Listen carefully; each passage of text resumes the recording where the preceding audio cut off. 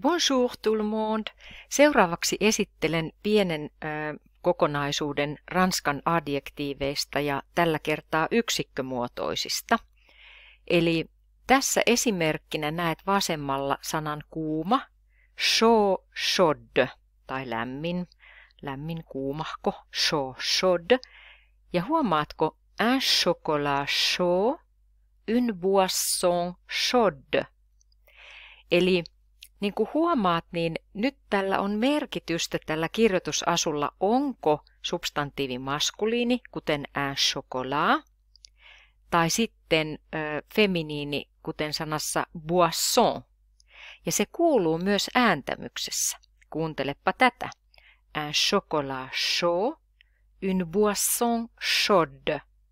Eli se D kuuluu vielä ennen päätettä. Eli muista maskuliini ja feminiini.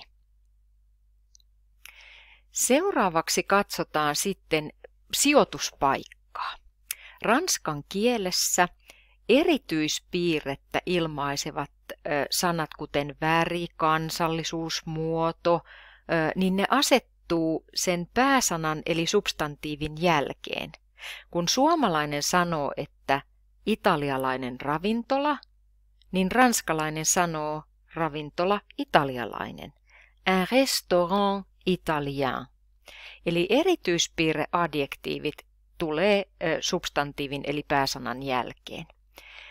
Ranskassa on olemassa niin sanottuja tavanomaisia adjektiiveja eli laatusanoja, ja tässä näet oikealla muutamia. Petit, petite, pieni. Grand, grande, suuri. Bon, bonne, hyvä. Mauvais, mauvaise, huono. Katsotaanpas muutama malli. Un petit café. Un petit café. Une petite boisson. Huomaatko taas maskuliini, feminiini? Un petit café. Une petite boisson. Petit, petite. Siinä kaikki tällä kertaa. Merci de votre attention. Au revoir.